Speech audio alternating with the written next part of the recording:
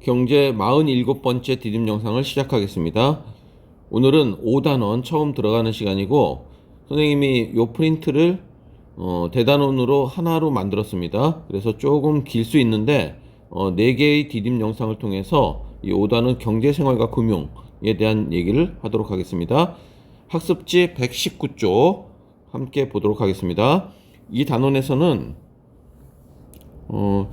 화폐의 기능에 대해서 간단하게 정리해 주시고, 그 다음에 이자율, 금리라고 하는 거죠. 이자율이 단리와 복리로 구분할 수 있는데, 이 단리와 복리로 적용될 때 어떻게 차이가 있는지 이걸 잘 정리해 주고, 그 다음에 소득의 구성 요소가 뭐가 있는지, 소득의 구성 요소가 뭐가 있는지를 정리해 주고, 그 다음에 지출도 두 가지로 나눕니다. 어떤 요소가 있고, 그 다음에 그에 따라서 처분 가능 소득이라는 개념이 어떤 개념을 담고 있는지를 알고 있으면 되겠습니다.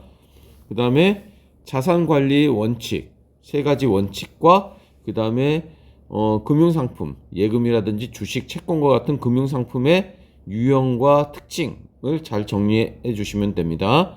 그 다음에 생애주기 곡선의 의미, 그 다음에 재무설계의 절차, 이런 내용들이 이 단원에 포함되어 있습니다. 이 내용들에 대해서 잘 정리해 주면 되겠습니다.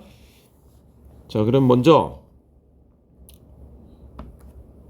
금융의 의미와 중요성 이렇게 나와 있는데, 자, 이 내용은 한번 읽어 주시면 되는 거니까 빨리 넘어가겠습니다.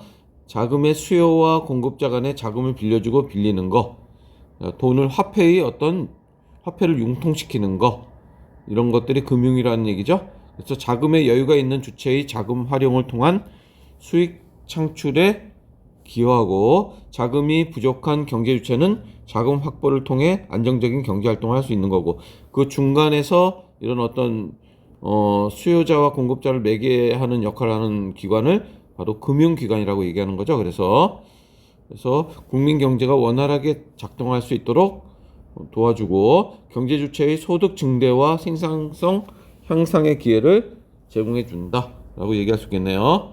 그래서 금융시장이라고 하면은 자금의 수요자와 공급자 간에 자금이 거래되는 시장을 얘기하는 거고, 자금의 수요자와 공급자를 중개하고, 그 다음에 우리가 어떤 사람이 돈이 여유가 있는지, 어떤 사람이 돈이 필요한지, 이거를 알기 위해서 막 발품 팔고 다니면 굉장히 많은 비용이 들어가겠죠.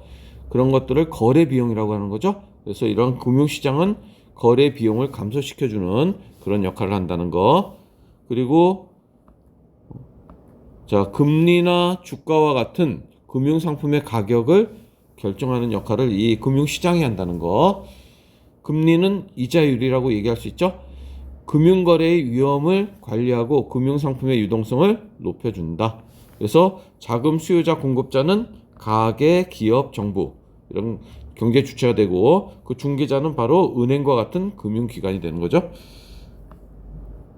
그래서 금융시장을 구분하면은 직접 금융시장과 간접 금융시장 이렇게 나누고, 직접 금융시장은 자금의 수요자와 공급자가 자기 책임하에 직접 자금을 거래하는 금융시장을 얘기한다 라고 했는데, 증권회사라든지 투자신탁회사, 어떤 기업이 자금이 필요하면은 이런 어떤 투자를 통해서, 어떤 주식 발행을 통해서 직접 자금을 조달하죠.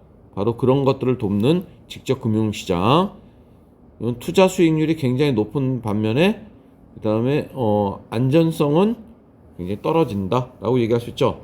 자기 원금을 다 까먹을 수 있다는 얘기죠. 안전성이 떨어진다는 얘기는. 그리고 간접 금융시장은 금융기관을 매개로 자금 수요자와 공급자가 거래하는 금융시장을 얘기하는 거고, 은행이 대표적인 경우죠. 그 다음에 보험회사, 이런 금융기관을 통해서 돈이 필요하면 돈을 빌리고, 그에 따른 어떤 돈을 빌린 대가, 이자를 지급하면 되는 거죠. 그래서 투자 수익률은 낮은 반면에 안전성은 높다, 이렇게 얘기할 수 있습니다. 자, 요 그림이 바로 그런 내용을 나타내는 거죠. 그 다음에 화폐와 이자율 이렇게 되어 있는데, 화폐는 재화와 서비스의 교환에 일반적으로 사용하는 지불 수단을 얘기하는 거고, 경제적 가치를 보존해 주는 역할을 하죠. 그걸 가치의 저장, 이 역할을 한다는 거. 그다음에 상품의 가치를 측정하는 수단이 되기도 한다. 우리가 식당 가면 가격표가 붙어 있죠. 뭐 된장찌개가 7,000원이라고 붙어 있으면은 7,000원의 가격으로 그 된장찌개의 가치를 측정하고 있는 거죠. 그렇죠? 가치의 척도 기능을 한다. 그리고 교환이나 거래 대가의 지불 수단 역할을 한다. 교환의 매개 기능을 한다. 이렇게 이런 화폐의 기능에 대해서 정리해 주시고, 그 다음에 이자와 이자율에 대해서, 자, 이자는 일정한 기간 동안 자금을 빌려 쓴 사람이 자금을 빌려준 사람에게 주는 대가를 의미한다라고 얘기하고 있죠. 그래서 이자율은 우리가 아까도 얘기했지만 금리라고 얘기하는 겁니다. 그래서 원금에 대한 이자의 비율을 이자율이라고 하고, 바로 이자율이 금융시장에서의 어떤 가격, 이 화폐가 거래된 가격이라고 얘기할 수 있는 거죠.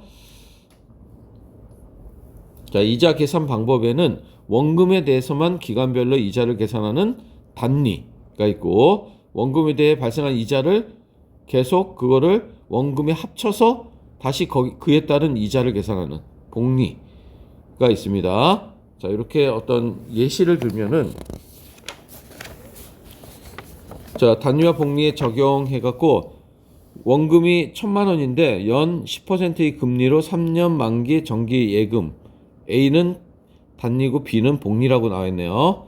자, 이랬을 때, 자, 첫 번째 해에 1,000,000원 원금에 따른 이자는 100만원이 되겠죠. 그래서 원리금이 1,100만원이 되고, 첫 번째 해에. 두 번째 해도 역시 똑같이 어떻게 될까요? 자, 1,000만원 하면 이 이자 그대로 가는 거죠. 기간별로 그냥 100만원을 받는 거죠. 기간별로 이렇게. 자, 그래서 최종적으로는 3년이 지난 후에는 1,300만원, 연 100만원씩 이자를 받아서 이렇게 되는데, 복리로 계산하면은 원금 1,000만원에 대해서 이자 100만원, 이건 첫 번째 단위와 똑같죠. 첫 번째는. 근데 이 100만원 받은 이자가 원금에 포함된다는 거죠. 그래서 1,100만원에 대한 이자를 지급하는 거죠. 그래서 1,100만원에 대한 이자가 110만원이니까, 자, 그래서 원금 1,100만원에 110만원을 더해서 1,210만원이 되겠죠.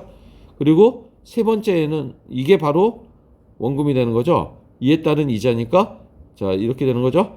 그래서 복리로 계산하면은 단리보다는 이렇게 급속히 원금이 불어날 수 있다는 걸 알 수 있는 거죠.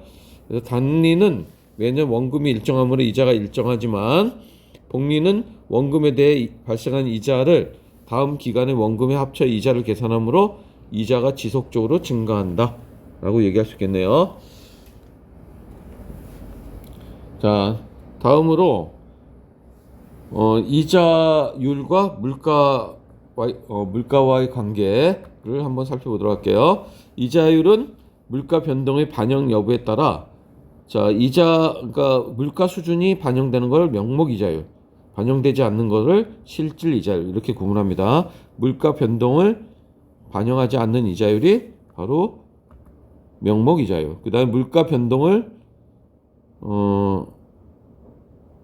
반영한 이자율이 바로 실질 이자율. 다시 말하면 실질 이자율은 물가 상승률이라는 거품을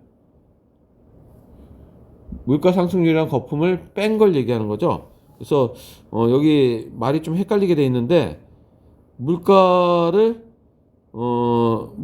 변동했을 때 그거를 이자에 포함되어 있는 개념이죠. 명목이라는 말은 명목이란 말 자체가 물가라는 거품이 포함되어 있는 개념이고, 실질이란 말은 그런 거품이 빠진 걸 얘기합니다. 그래서 요 말이 중요할 것 같아요. 실질 이자율은 명목 이자율에서 물가 상승률을 뺀 거라는 거, 요걸 꼭 기억해 주시기 바랍니다. 다시 정리하면은 명목 이자율은 물가라는 거품을 포함한 개념이고, 그 다음에 실질이라는 개념은 물가 상승률이라는 거품을 뺀 개념이라는 것을 기억해 주시기 바랍니다. 자, 그래서 금융생활을 보면은 가계의 수입과 가계 지출을 보면은, 자, 요거 중요하죠. 가계 수입, 요 개념을 좀 알고 있으면 좋을 것 같아요. 일정 기간에 취득한 가계의 소득과 기타 수입. 자, 요거를 합쳐서 가계의 수입이라고 하는데, 자, 가장 많은 비중을 차지하는 게 이 소득이 되겠죠? 소득으로 얻은 것뿐만 아니라 빚으로 얻은 것까지 포함되는 개념이다. 이렇게 되어 있네요. 수입은. 자, 그러면은 여기서 소득, 수입의 주요 원천으로 정기적 소득인 경상소득과 경상이란 말 자체가 늘 항상 있을 수 있는 이런 개념입니다. 그래서 정기적 소득이라는 개념으로 우리가 받아들이면 되겠죠? 그럼 비정기적 소득이라는 것은 뭘 의미할까요? 그렇죠? 바로 비경상소득을 얘기하는 거죠. 그래서 경상소득에는 근로소득, 그 다음에 영리목적의 사업경영, 그러니까 사업소득이 되겠죠. 자, 경상소득에는 근로소득과 사업소득, 재산소득, 경상이전소득 요 네 가지를 합쳐서 경상소득이라고 하고, 비경상소득 이렇게 요 두 개를 합쳐서 소득으로 우리가 계산할 수 있는 거죠. 근로소득은 사업체에 고용되어 근로를 제공한 대가로 얻는 소득을 얘기하는 거고, 사업소득은 장사를 하거나 농사를 짓는 등, 자, 농사 짓는 것도 사업소득이 되겠죠. 영리를 목적으로 계속 사회생활을 통해서 발생하는 소득입니다. 의사가 자기가 개업을 해서 얻는 소득은 사업소득이 되죠. 근데 의사가 만약에 어떤 병원에 취업을 해서 얻는 소득은 근로소득이 되는 거죠. 자, 이렇게 구분이 될 수 있습니다. 자신이 소유한 재산을 타인이 사용하도록 하고 그 대가로 받은 소득을, 그러니까 임대소득이나 이자소득이나 배당소득 이런 것들은 재산소득이 됩니다. 자, 경상이전소득에서 이전이란 말은 무상으로, 공짜로 이런 말이 담겨 있다는 얘기 있었습니다. 그래서 정부나 비영리단체, 다른 가구에서 이전받은 소득 이런 것들을 경상이전소득에 포함됩니다. 그래서 공적연금이나 사회보험금, 기초연금, 비영리단체로부터의 이전소득 이런 것들이 포함되고, 비경상소득은 경조사비를 내가 어떤 수입으로 얻는 경우 퇴직수당, 복권, 당첨금 이런 것들은 비경상소득에 해당됩니다.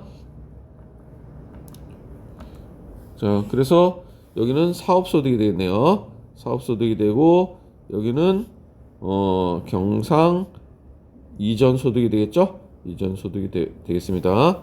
자, 이 내용 중요하니까 잘 살펴주시기 바랍니다. 그 다음에 가계의 지출.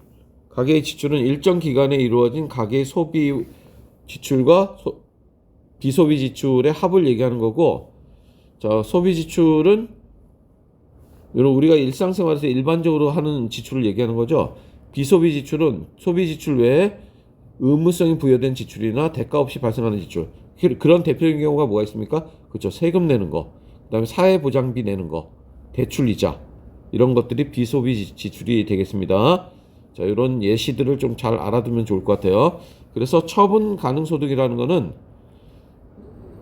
자, 여기서 소득에서 비소비 지출을 뺀 거, 소득에서 비소비 지출을 뺐을 때, 그러니까 처분 가능 소득은 다시 그걸 나누면 소비 지출과 저축으로 나누는 거죠. 돈을 쓰고 남은 거는 저축하겠죠.